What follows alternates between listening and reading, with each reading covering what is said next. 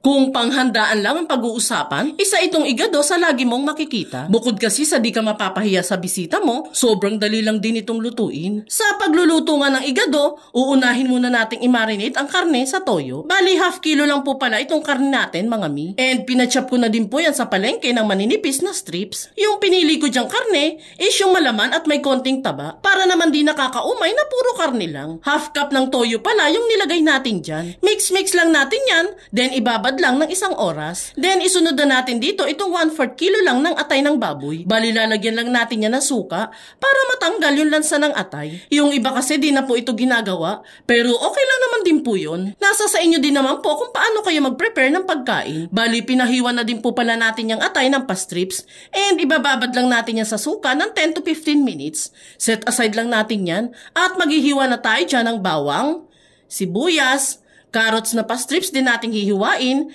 and itong red bell pepper na pa-strips din syempre ang hiwa.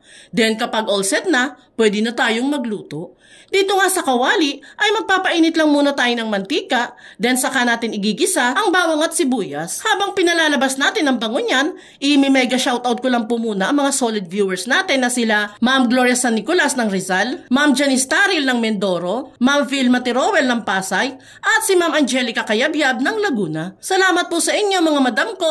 Pagkagisa-gisa nga ng mga aromatics, ay nilagay ko na din dyan yung binabad nating karne. Hahalu-haluin lang natin yan ng 1 minuto bago natin takpan ulit. Dapat mga mi, nakalagay lang sa low heat ang apoy natin dyan para naman po mas mapalambot natin ang karne. Hindi na kasi tayo dyan maglalagay pa ng tubig mga mi. Makikita nyo naman po kasi na naglalabas na yan ng sarili niyang tubig. Bukod kasi sa toyo, may sarili pong tubig din ang karne. Kaya no need na po maglagay ng tubig. Kapag ganyan na ngang matubig na, ay maglalagay na tayo dyan ng kalahating pork cubes, dahon ng laurel, pampabango, at paminta. Halu-haluin lang natin yan at lulutuin pa natin ang karne dito ng 20 minutes until lumambot. Manipis naman po kasi ang hiwa ng karne natin dito, kaya 20 minutes is enough na para lumambot ito. Makalipas nga ang 20 minutes, ay lumambot na ang karne at natuyo na yung sabaw nito. Makikita ninyo din po dyan na nagmamantika na ito. Pwede na po nating ilagay dito yung atay ng baboy. Diba mga mi, nakababad yan kanina sa suka. Bali, binanlawan po natin yan sa tubig para di mapasama yung lansa sa ating niluluto. At habang hinahalo natin yan,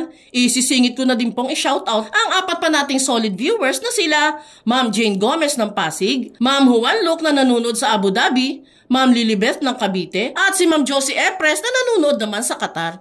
Thank you po lagi sa panunood. Takpan lang natin ang niluluto for 1 minute hanggang sa magkaroon na naman ng tubig ang niluluto. Dito mga mi, hindi dapat natin ino-overcook ang atay dahil magiging matigas po yan kapag na-overcook. Maximum of 7 minutes lang dapat siyang niluluto. Kaya makalipas ang 1 minuto na nakatakip, buksan na uli natin yan at lalagyan na natin yan ng 3 tablespoon lang ng suka. Op.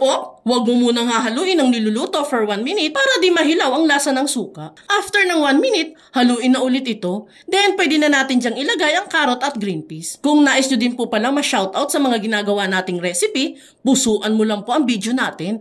At mag-comment ka na din po dyan sa ibaba kung taga saan ka para naman mapasalamatan kita at mabati na din sa mga future videos na gagawin pa natin. Salamat po lagi! Bali, tatakpan lang natin ang niluluto dito ng 2 minutes lang para maluto lang yung gulay na nilagay natin. After ng 2 minutes, isunod na din natin dyan ang red bell pepper. Hahaluin na lang natin yan ng huling 1 minuto. And ready to serve na itong simple pero mapapa-extra rice ka sa sarap na igado recipe. Kaya kung natakam ka sa video natin today, i-share at itag mo na din ang mga friends and loved ones ninyo at subukan nyo na din magluto nito.